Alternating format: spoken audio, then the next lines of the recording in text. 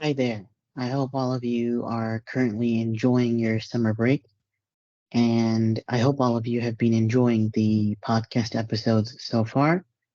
If all of you do have any sort of feedback or any sort of elements you would like me to add to the episodes, to the upcoming episodes, please do let me know in the comment section below. And just as before, I have a humble request to all of the viewers of this podcast to please subscribe to the channel, as this will enable me to invite more and more guests on the show.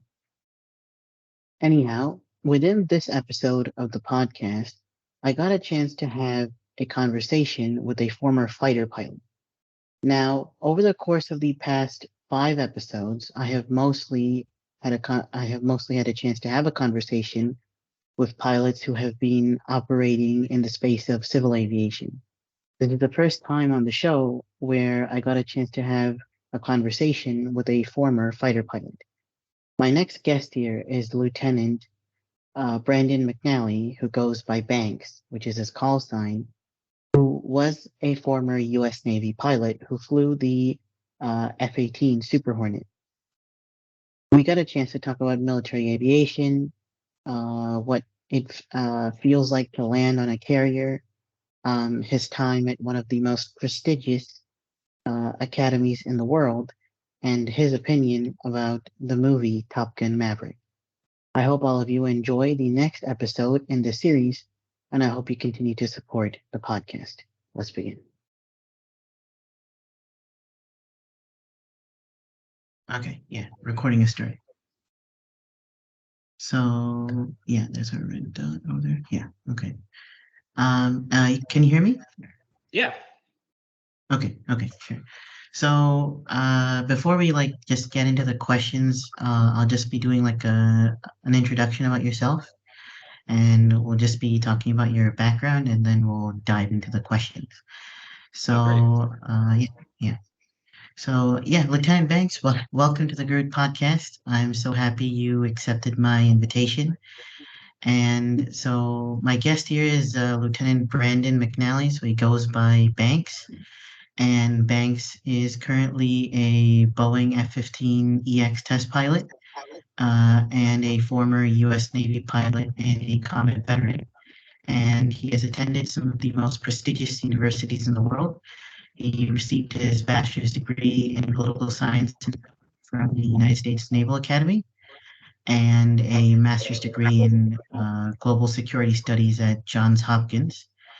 And Lieutenant Banks has had 14 years of experience working within the sector of military aviation. And yeah, thank you so much, sir, for giving me your precious time. And I'm looking forward to hearing from you in the next hour or so. And so the first question I just like to ask everybody who comes on the show is just when did you consider becoming an aviator? Like, how did that begin? Really, that starts in childhood. So my dad was in the Marine Corps.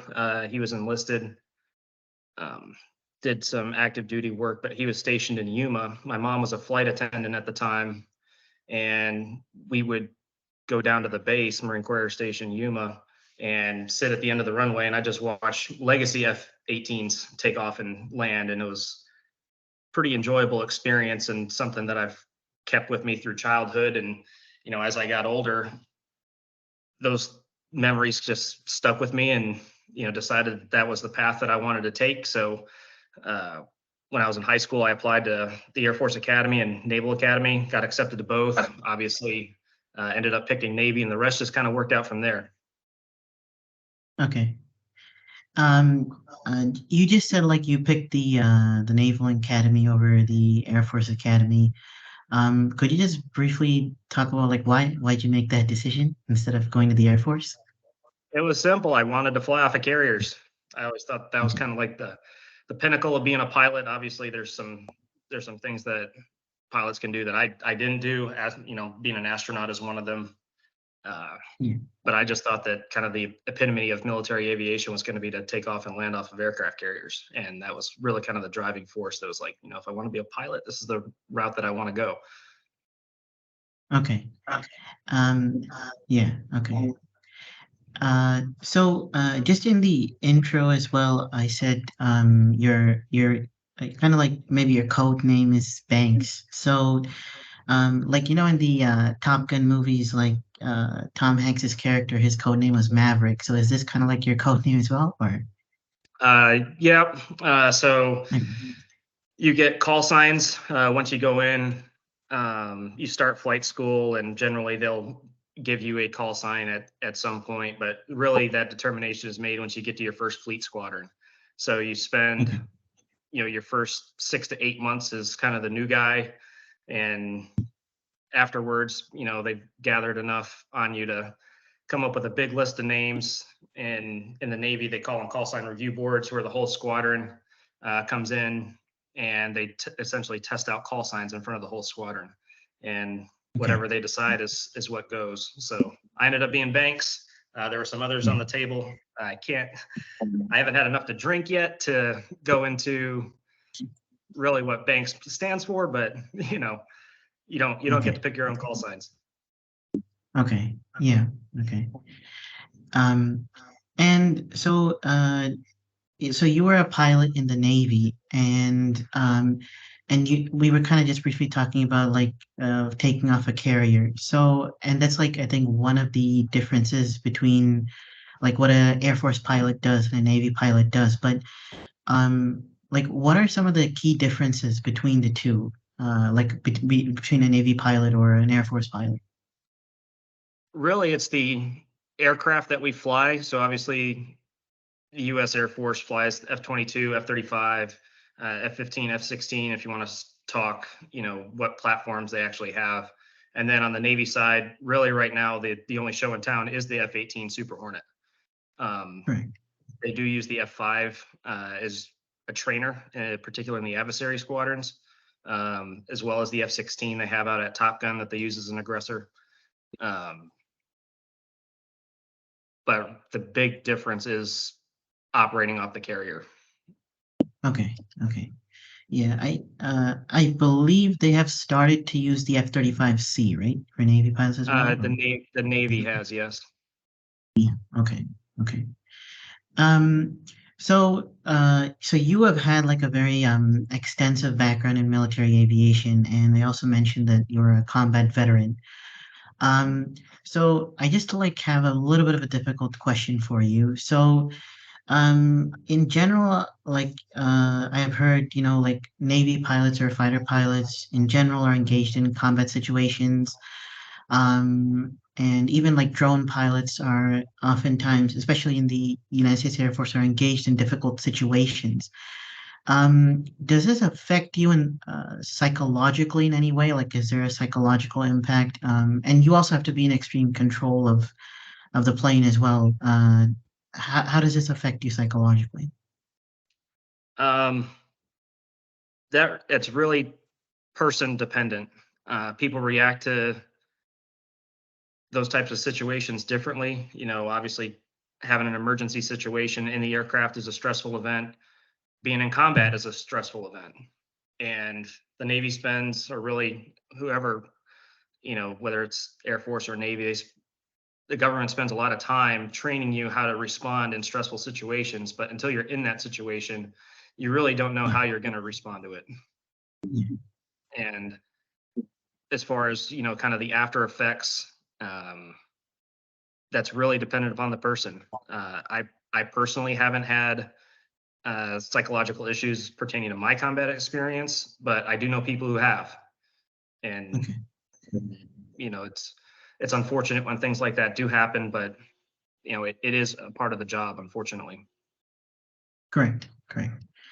So, uh, and yeah, I briefly mentioned before that you were like a test pilot, and like when we were chatting a little bit offline, you're kind of like involved in the non-flying aspects of testing, and develop like training or hardware. So, how did you get into this? Like, where did you begin? Yeah. So Boeing recruited me to come and work on the F-15 program. Um, as part of their kind of test group. It's you say test pilot, like that carries a separate connotation. Like I personally never went to test pilot school, Right, but right. my um, what I do with Boeing is to help design, develop new flight simulator technology so that we can push that out to the warfighter so that they can have, a useful training tool that can help them and, go forward in combat. Okay, okay. And yeah, so just like you said, like again, so on a daily basis, are you kind of like involved with like coding and stuff, or like the degree to which you can talk about it, or? The coding aspect of it, no. Mm. Boeing hires software engineers to take care of that. My job is to kind of be the middleman between what Boeing develops and what the warfighter actually sees. So they develop it.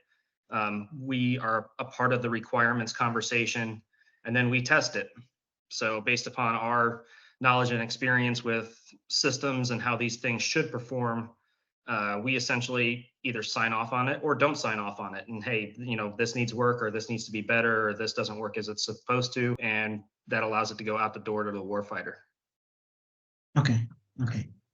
Yeah, yeah. That's definitely it's quite interesting, and yeah, there are a lot of aircrafts being tested and built right now. Hmm. Uh, yeah. And so you kind of briefly talked about like the trainer aircraft, the F5, and in general, I'm just more aware of like how pilots are trained in the civil aviation sector with regards to like the steps involved and like the technologies used. How similar or different is like military pilot training from like a traditional pilot's training? Like, do you also begin on the single engine piston, like a Cessna 172, and then eventually work yourself up to the fighter jets? So when I was at the Naval Academy, they start you off in what's called an IFS.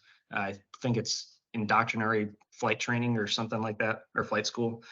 And essentially, that's to dip your toes in the water to see if you even like it. But Okay. that process is a civil aviation process. So you start off in a Okay. Cessna or a Piper. You do your first solo at right around the 10-hour mark or so, and then you do, a solo cross country. Even though they kind of uh, pulled back on that a little bit, but that was as far as you went. It was the solo cross country. When I went to military flight school in Pensacola and started, um, you start off in a classroom setting for several weeks, and then you move to either Milton or Corpus Christi, or you fly the T-30. Well, I flew the T-34. They were transitioning to the T-6 at the time. So I started off in there. So, I mean, a single engine turboprop. And from there, I went to fly the T-45 and finally into the F-18. But the biggest difference is that it doesn't just, they spend a lot of time teaching you how to fly, but eventually they have to teach you to use the airplane as a weapon.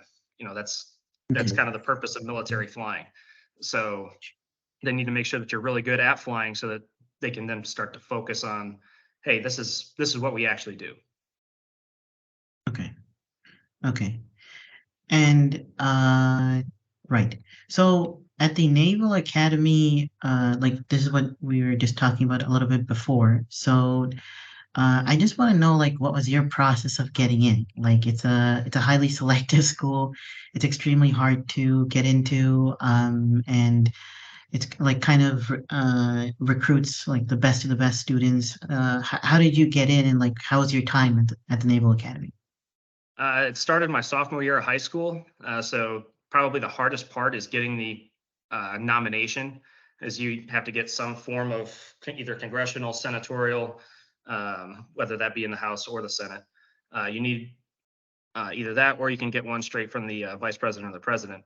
But you need some kind of nomination to even get there. So that process started. I reached out to my congressman as a sophomore in high school, and then I believe I got that nomination my junior year, so I was able to go forward with the application from there. And obviously, it's a pretty standard process after that. You send in your application, you wait to hear back, and they say yay or nay, and you get to make a Okay. choice at that point.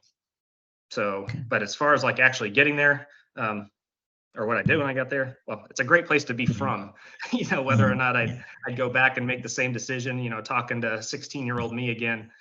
But it was a good experience. I got to do a lot of really cool things there, that not a lot of college students get to do, and then obviously I got to go fly after that. So can't really complain about the outcome. Sure. Uh, who nominated you? Uh, House Representative Charles Stenholm. Okay. Okay. I'm not sure if he's still there or not, but I do remember that. Okay.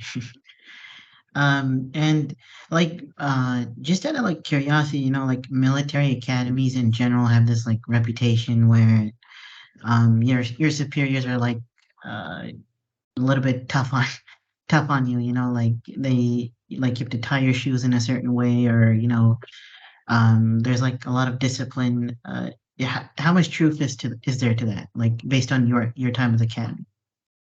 It's rather true. Okay. You have to follow a lot of rules that make very little sense, especially Mm. during your first year, and those rules really don't go away. But the entire process is, to teach you to have a disciplined mindset, so that when you get out of there, that you're ready for what's about to happen. Um, it doesn't really make sense until later, but it does make sense eventually. They do a pretty good job of teaching you how to handle bad news, and so you get a Okay. lot of mentally tough people that come out of there. Okay. Okay. Yeah. Yeah.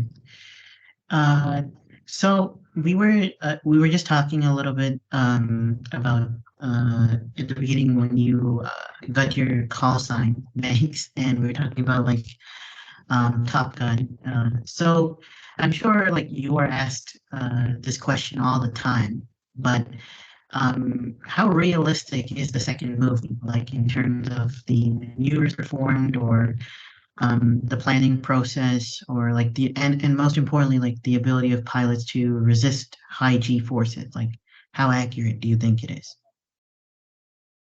Um, the flying aspect, and I have a lot of friends that played various roles in that movie. Um, Oh, okay.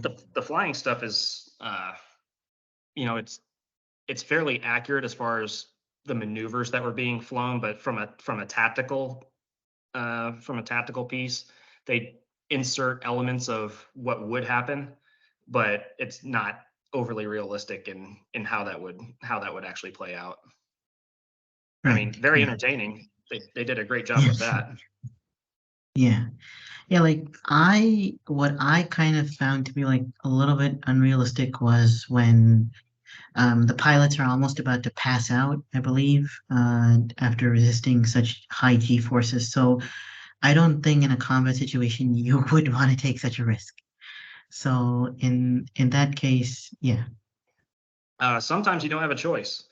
Um, in that particular, in that particular mission where it calls for a high G maneuver, no one likes to do it. I mean, high G maneuvers suck.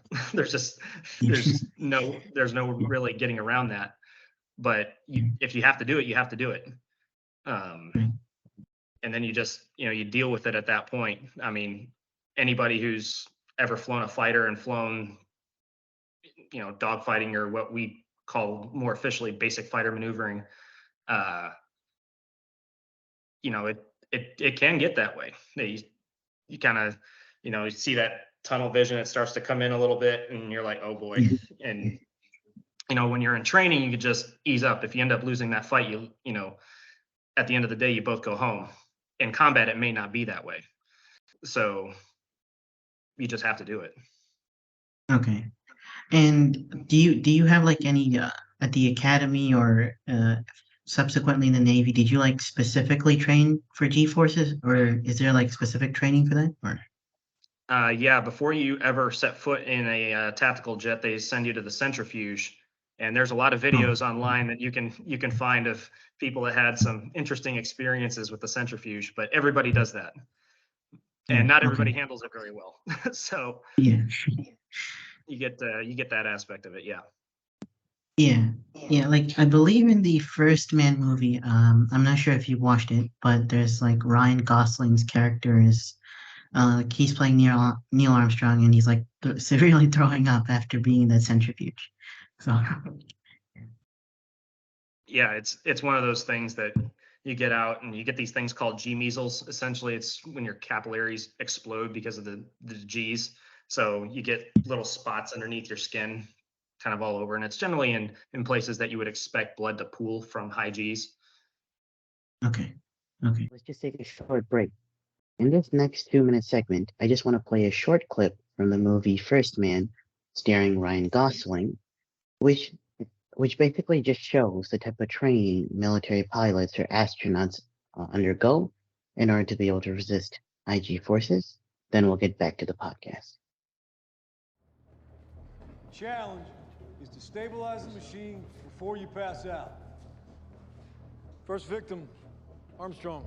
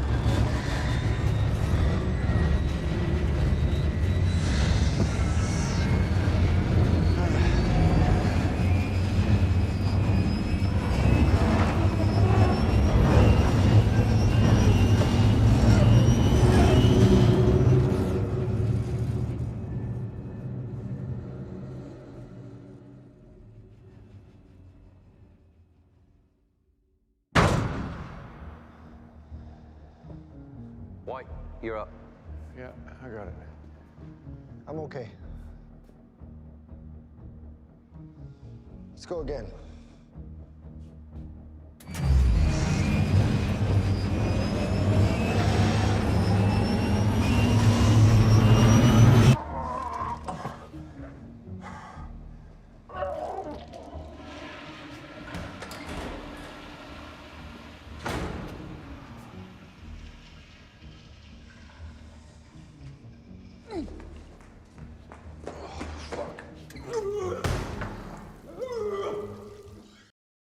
Now let's get back to the podcast. I hope you enjoyed that 2 minute clip.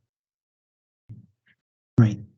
Uh, and so we were just kind of like talking about like the missions and stuff like that. So like what goes on like when a mission is completed? Like what do you kind of debrief on? Like do you debrief on like whether you could have flown better or how could you better fly the next mission or what happens?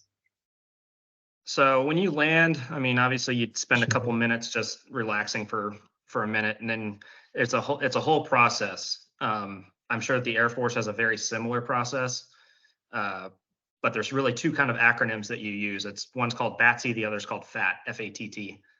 So you to literally talk about everything of the flight, going all the way back to the brief. So you go through the brief, admin, TAC admin, environmentals, alibis, safety of flight training rule violations, anything that happened during the flight that wasn't specifically part of the actual tactical conduct of the flight. You talk about all of that right at the very beginning. And then you go into what actually happened during the tactical part. And that's where you get into the FAT piece. So FAT stands for Facts, Analysis, Tapes, and Teach. So first thing you do is you discuss what happened, because a lot of these things could be dynamic and they happen rather quickly and not everybody's memory is perfect. So you got to get everybody on the same page with what happened.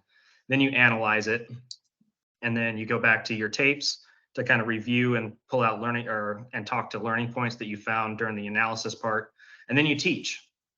And that's a little bit more the art that comes into it. It's like, hey, this is what you could have done, or some things are very technical procedurally, and other things are a little bit more feel. And so you can talk about those things. You can discuss different techniques for doing certain things, and then you go out and the next time you try and make yourself a little bit better each time. And it does take time. Okay. Okay. And like as you conducted more and more missions, like did you mentor new people who came in, or new pilots who came in a little bit, or? Yeah, that's part of the job. So as you get more senior, you start taking new guys or younger guys kind of under your wing. And then when I went to the F5 and I became an instructor, obviously everything at that point is about helping that guy get better, so that if he does have to use what you teach him someday, that Yeah. he's the guy who he's the guy who does come back at the end of the day. Okay. Okay. And like just to bring a point from before, so at the Naval Academy, did you like who decides who becomes pilots and all? Is it like a ranking based system, or like do you get to choose what kind of branch of the Navy you want to serve, or? So you put in preferences and you rank them. Some have prerequisites that you have to meet in order to select certain things. But then it goes to a board. At the very beginning of that process, kind of coming into your senior year, you put in preferences.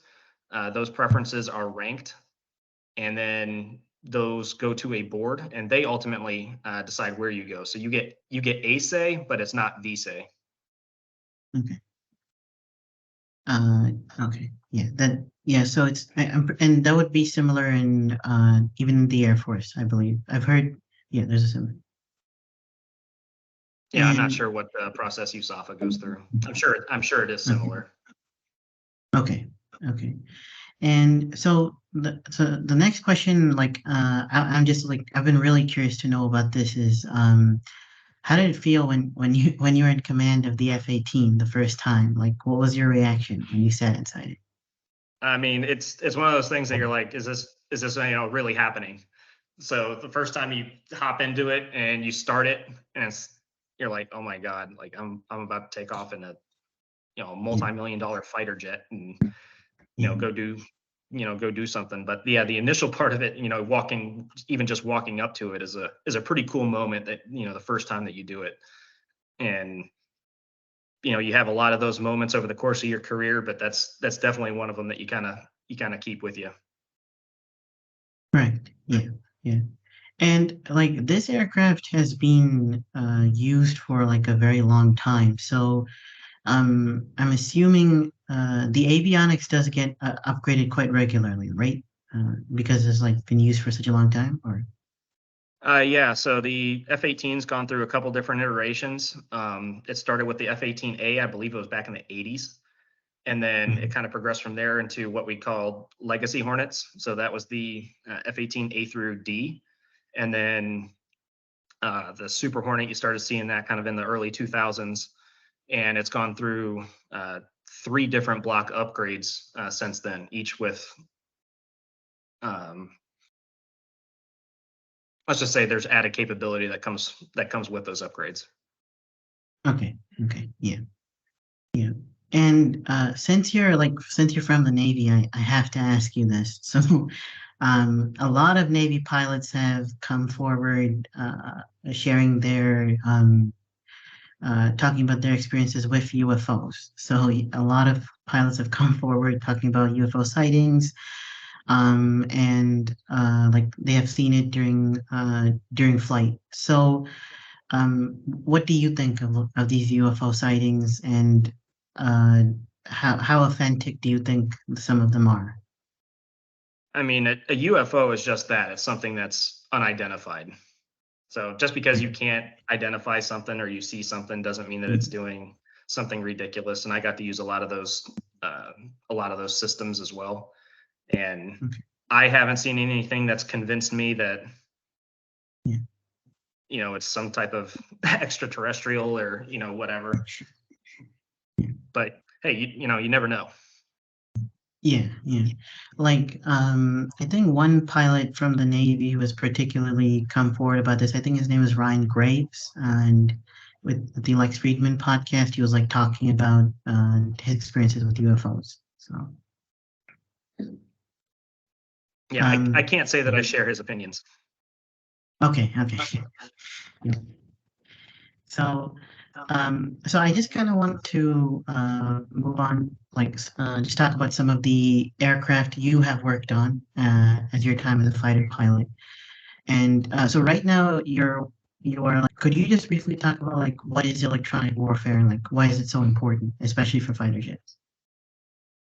Electronic warfare is essentially using non-kinetic effects to achieve some type of either increase in lethality or survivability of the aircraft. Obviously, the F-15 is not a stealth aircraft, so it needs other ways to survive, especially as threat radars are getting better and better. And one of the ways that you do that is with electronic warfare. So at a very basic level, electronic warfare is the attempt to deny the adversary use of their own electronic systems. And there's a lot of different ways to do that without really diving into kind of radar theory or, how the hows or when things start to really get classified as you kind of go down that path. But ultimately, the goal of electronic warfare, particularly as it comes to military aircraft, is increasing survivability and lethality. Okay, okay. And I was just reading an article published by BAE Systems. So BAE's name in like when I was just looking some stuff up and like BAE Systems, it was like all over the place. And I believe they're just doing some work with Lockheed for the F-35 and as well. So some places just said like it helps pilots increase situational awareness or like achieve maximum situational awareness. Like how does that help increase situational awareness? What specific thing are you just like the F-35 in general? Or Or like electronic warfare, like some applications of it. Yeah. so situational awareness, I mean, it's exceedingly important for a fighter pilot. And as you kind of progress, your situational awareness bubble gets bigger. Obviously, it starts out in your own cockpit, and then as you start to increase in, proficiency, that situational awareness bubble starts to expand. And so then it goes to, your two ship and then four ship, or maybe it's an entire package, that could be a dozen aircraft or more. That now you have to know everything that's going on. So as you kind of get into certain aspects of it, all of your systems, whether they be offensive systems or defensive systems, all of it is about bringing information into the cockpit and then presenting it in a manner that makes sense to the pilot and that he can use in a tactical environment. So, electronic warfare is an aspect of that. It is not, the be all end all. There's other things that go into it. It's one of those things that knowledge is power, but if you have incomplete information or even worse, the wrong information, things can start to go south on a mission rather quickly. Okay, great. And so you kind of like talk just briefly mentioned the F-35 and so F-35 is obviously a fifth generation fighter, but I believe the Navy and the Air Force is trying to work towards developing sixth generation fighter jets. Boeing is developing, I think, the FA-XX fighter, which is supposed to be a sixth generation fighter jet. What are like some of the, based on your own experiences or what you know, what are some of the differences between like a fifth generation or a sixth generation fighter jet? So this is actually what I did my master's thesis on, was sixth generation aircraft. Really, it's the AI integration. So with the fifth generation, you're talking about, things that could fly faster, fly higher, stealthy. When you start talking sixth generation, now you have all of that plus the AI integration. So the ability to take everything from your sensors and then whether through, an AI enabled or AI assisted system, possibly suggest a course of action for the pilot. Or as you start getting into kind of larger things, suggest a course of action that could, change the entire outcome of a mission, or even what that mission is, or how you're going to do it. So, exactly how they choose to incorporate AI is going to be an interesting. It's going to be an interesting thing. Obviously, as you start talking tactical decision making, you're talking about taking in a lot of information very, very quickly, and then presenting it in a manner to the pilot that, not only increases his situational awareness, but makes him a more lethal. But yeah. Okay. But like one thing which I have kind of like noted is like the F-35 already is a very modern and very futuristic fighter jet. Like even its engine is like shaped like I believe in one of the Avengers movies, like the engines, it looked very similar similar to it. So is there like I think you kind of already answered like what a sixth generation fighter does, but is there really a need for a sixth generation fighter? Like some of the fifth gen fighters are already like super advanced and have like really modern and futuristic systems. So Well, you got to remember something is that the development cycle of most aircraft, can take a long time. The yeah. F-22 is a remarkably advanced aircraft, but its systems were primarily designed in the 80s. So, Okay. Okay. it's from getting from concept to a production, line fighter, that can take a long time.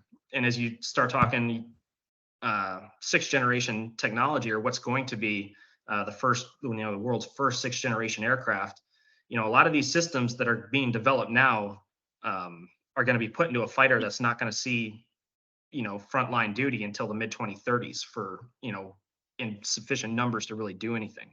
So you're already talking a lead time of 15 years. And, when you start looking at it like that, and try taking technology back 15 years, we're carrying around flip phones and Blackberries, and now Okay. I have, so that's the kind of thing that you're talking about when you're like, we're start talking about super advanced, fighter jets. Is that, that technology isn't necessarily the newest thing. Now they do obviously upgrade technology over time, but you're never just getting all the brand new stuff.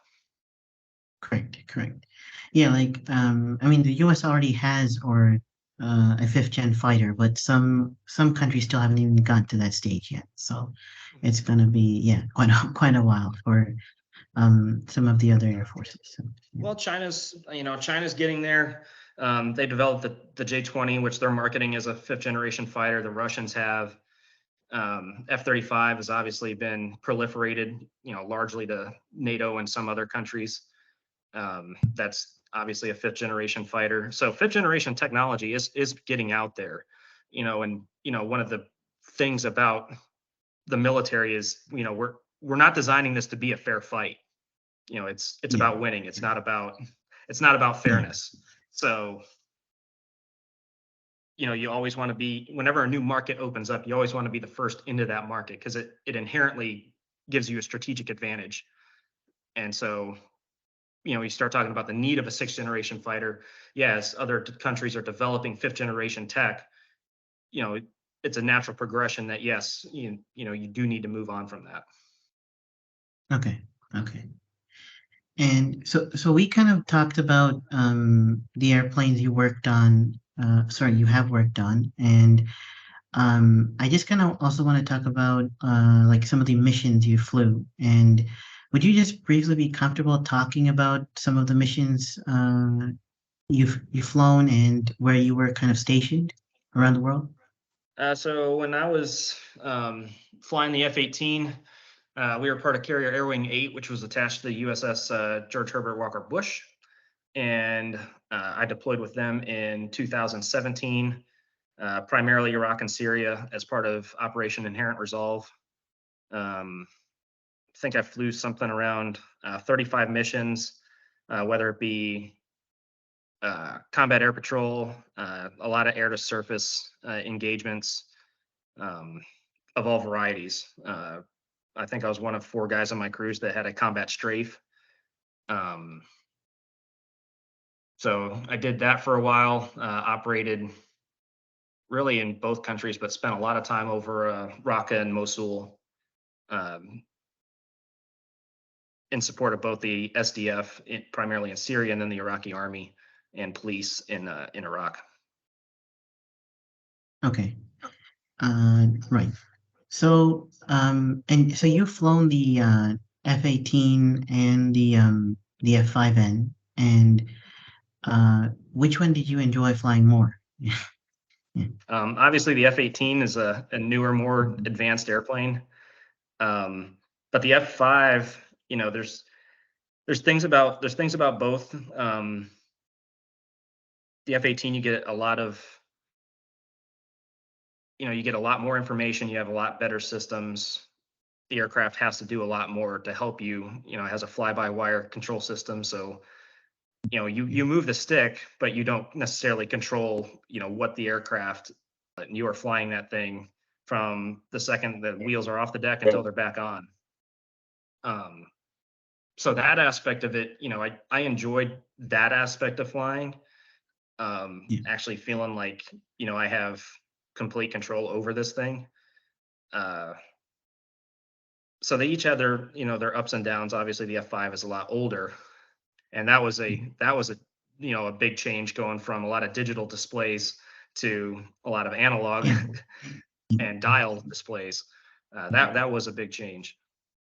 But you get over that, and at the end of the day, you're flying a military aircraft, and you're conducting missions and training and all that other kind of stuff.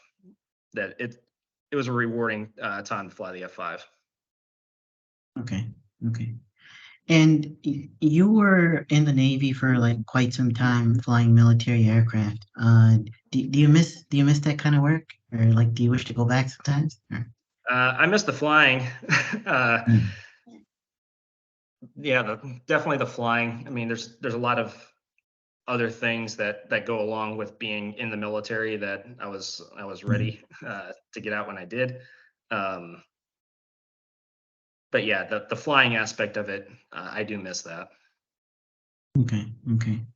And like just to bring a point from before, uh, from Top Gun, is the culture of being a Navy pilot similar to what's kind of shown in the movie? Like the culture of like whenever you're not flying or whenever you're with your squadron members, is like the culture similar to that, or? It depends on the squadron. So each squadron has kind of a unique culture. That's one of the really interesting pieces about it, and you pretty much get assimilated into whatever culture that squadron has. Yeah. You have some squadrons that they're really tight outside of the squadron. You have others that don't hang out with each other a whole lot. Generally speaking, at least in my experience, the guys were pretty tight. Okay. Hung out a lot together, did a lot of things together. So Okay. yeah, Yeah. from that aspect, I think I think they did a pretty good job of it. Okay. Okay. And so like we were just kind of talking about this before about AI and with regards to like fifth generation and sixth generation fighters. And so in previous episodes of the podcast, some of the pilots have just talked about the fact that there's like more automation these days, and automation is like a little bit different from AI, but it's just like pilots have become more like, let's say, cockpit managers because the autopilot does a lot of the work, even though they still have to be quite involved with managing and monitoring the autopilot. But does it concern you at all, like AI is being, if the with regards to military aircraft, AI is being vigorously integrated? Does this concern you at all, based on what you've seen? Uh, it would concern me if we had AI start making ROE decisions, so rules of engagement. Um, I don't foresee anytime soon having a good reason that a computer makes a decision on whether or not a missile comes off the rail or a bullet comes out of the gun. I don't foresee a place where that's going to happen yet. But as far as automation into the aircraft itself, um, the more it could take the kind of basic elements of flying and handle those so that the pilot can focus their mind elsewhere, I don't foresee that as being a bad thing. Okay. Okay. Yeah. Yeah. I think especially with I read somewhere like the B-21 Raider is still being developed, but the original B-2, I believe, was more focused on like just being a bomber, but now with AI and stuff being involved, it can work more as even like a surveillance aircraft, or like just allowing the pilots to do other things rather than just be a bomber. So, As far as the specifics of the B-21, I haven't studied the B-21. I don't know a lot about it, yeah, other than it's new and it's supposed to be a 6th-gen bomber. yeah, But that's even, kind of down my lane. My specialty is kind of more mm, tactical fighters. Um, sure. Obviously, the B-21 is supposed to have a lot of new capability, and I'd be really interested to see what it can do, but most of that is probably going to be rather classified. Correct. Okay. Yeah. And so just like as a follow-up question, or not, sorry, not a follow-up question, but so you were like obviously flying, you were based on an aircraft carrier while you were flying the F-18. So on your experiences, like what is the process towards like landing an aircraft on an aircraft carrier, in the sense that is it much harder to land on an aircraft carrier as opposed to like a traditional runway? Or Oh yeah, it's yeah, okay. first time I did it was rather terrifying. Um, Okay. you need a lot of landings to even start what we call carrier qualification. The first time that you go to the boat in the Navy is the T-45. There's some new systems that have come out, and they're trying to develop a new trainer that may or may not have a tail hook. They're trying to work through that. Um, if that ends up being the case, the first time you would go to the boat is in the F-18, which is kind of a terrifying thought in of itself. And I'm sure that the LSO shop there at VFA 106 or VFA 122 is, maybe sweating bullets a little bit about that. But you need a lot of landings to even start carrier qualification training in the T-45, which is the first time I went. And then you go field carrier landing practice, FCLPs. Is an entire section of the syllabus dedicated solely to training to land on the aircraft carrier. By this point in Air Force pilot training, landing is admin, but there's, and landing on the boat is designed to become admin in the Navy, but it doesn't start that way. So you go through an entire section of the syllabus where the only thing that you do is learn how to land. And it is a lot different. Procedures around the carrier are very different. And then obviously you're dealing with a moving ship where you're flying at 130, 140 knots trying to land on it. And that ship can Right. turn, it can, be affected by, sea conditions and everything else. So it's a lot different than landing on a traditional strip. Correct. And for pilots, specifically at night, like the depth perception decreases because, and certain pilots struggle with just night, like who are training. Like they don't necessarily struggle, but it's just like I would say a different experience for them. especially when they're getting their night ratings because the depth perception decreases. So on a carrier, I'm imagining like that becomes even harder. Like, how is it landing at night then? Uh, I don't Yeah. think I was ever more terrified trying to Okay. land an airplane than the first time I ever landed at night Yeah. at the carrier. Um, if it, on a dark night, you have some lights to use for reference. But as you start getting in close and you make the, at 3/4 of a mile, you make a ball call and, you see things start to move, but you don't know if it's you moving or if it's the ship moving. And Yeah. so they train you for that situation. Again, it's until you're actually doing it, it's it's one of those things that, I can't relay how, what that feeling actually is. It's, kind of a terrifying excitement, I guess is kind of the best way that I can put it. But Yeah. um and new systems have come out that have made it, Yeah.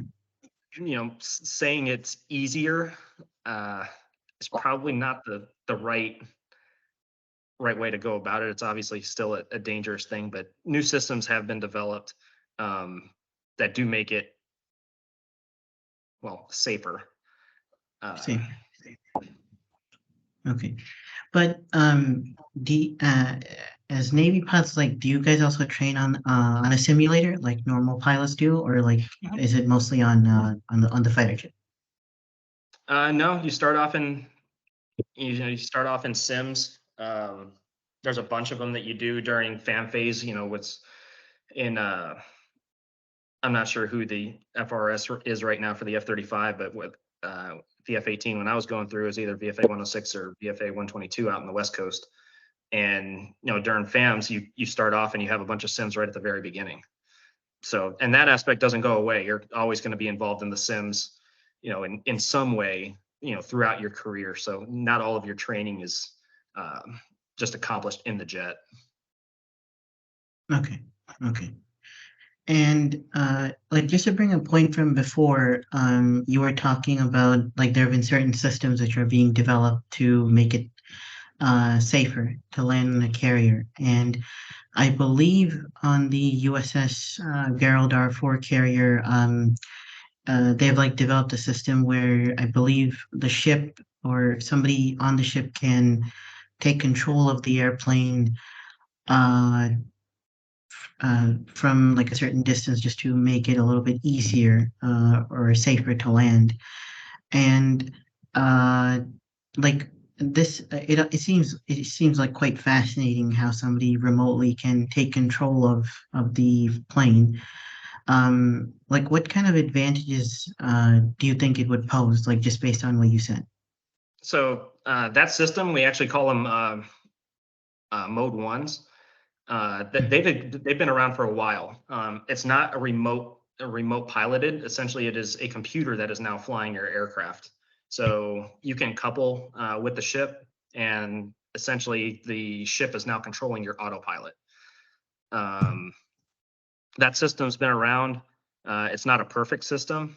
I've seen a lot of bolters because they tend to what we call they flatten out at the ramp, which can lead to bolters. Essentially, when your hook doesn't catch a wire when you hit the deck, and there you go, taking back off to go around again. Um, the newest system that's come out is called Magic Carpet. Um, Essentially, it is a variant of a landing mode of the flight control system where your flaps and not your engines controls your lift. So it allows you to make very instantaneous adjustments to your vertical speed and really kind of minute corrections as well. So as far as that goes, it's made that process a lot safer. Obviously, you still have to line up left and right, but it takes care of a lot of the up and down, which is very useful. Okay. Okay. And I was just like thinking about this briefly before we started. So, how is it? like how does low visibility affect flying in a fighter jet? Like, is it similar to a normal passenger jet or? Yep. I mean, it's an IFR aircraft. So, if you find yourself in a kind of a sticky situation as with the weather or a low vis situation, um, yeah, you're an instrument rated pilot, and some days suck. So Yeah. it's really bad when you're at the carrier and you have nowhere else to go, and you have low visibility. And at that point, you're really kind of trusting your life to systems and the LSOs that are on the flight deck. So yeah, it's another one of those days that you wear those gold wings, and you've earned it at that point. And that's just one of the days that you might not wish that you had them. So Right. Yeah. you just go with it. Okay. Okay. And so we talked about like landings quite a bit. I was just curious, like, is taking off on such a short runway just as hard as landing, or is that a little bit easier than landing? It's about the easiest thing on the planet because you don't control anything. uh, Okay. then they hook you into the catapult. Um, you do your run up. You do one last check of the control surfaces just to make sure that everything works. You got one hand on the throttle at mill power, and you actually take your offhand, or what you would have on the stick, and you put it on the canopy rail. So there's a tile rack that's up here. You just grab a hold of that, and the rest is handled by the sheer force of throwing you off the deck, and Okay. the trim that you set. So it's about the easiest thing on the planet. It'll send you Okay. airborne, whether or not you want to go. So Okay. Okay. Yeah. Great. Great. And uh, there's like a lot of interesting projects going on within the Air Force and Navy. And just like I said, like the forward aircraft has a lot of sorry, the forward aircraft carrier, it has a lot of interesting systems being inbuilt inside of it. Even the Air Force is developing a lot of interesting systems and airplanes. What are you most excited about with regards to what's to come? I mean, it is an exciting time to be in military aviation. All of these new systems that are coming out, whether that be new aircraft, that's going to have AI integration, which is it's a remarkable concept considering where we were 20 years ago, in the Yeah. industry. So 20 years ago, back in 2003, the Super Hornet was just becoming a thing. The F-14 was still flying, you know, uh, and it's come a long way. And when you look at where we're going, a new trainer's being developed, new fighter aircraft are being developed, brand new systems are being developed. And sorry, my screen just went black there for a second. But all of this stuff is, it's really kind of at the cutting edge of what's happening. And so as the technology progresses, we're kind of hanging on, trying to keep up with it. And it really is an interesting time to be in military aviation. Okay. Okay. And just like you said, like there have been a lot of significant changes over the past 20 years. Have there been any changes which you have not been happy about, or like where you felt like, okay, was there really a need to change this? Like, Um, I'm not sure that there's any one particular thing that I'd kind of, zero in on. Um, Eventually, my personal feeling is that the Navy's going to need a big wing fighter to kind of take it into the future. I don't believe that the F-35 is really kind of the answer in the Navy. The Navy's making a lot of steps to go the unmanned route. Um, whether it's MQ-25, which is kind of, I think, slowly starting to make its way out there, or the MQ-28 Ghost Bat, which is going to kind of lead into the loyal wingman concept. Uh,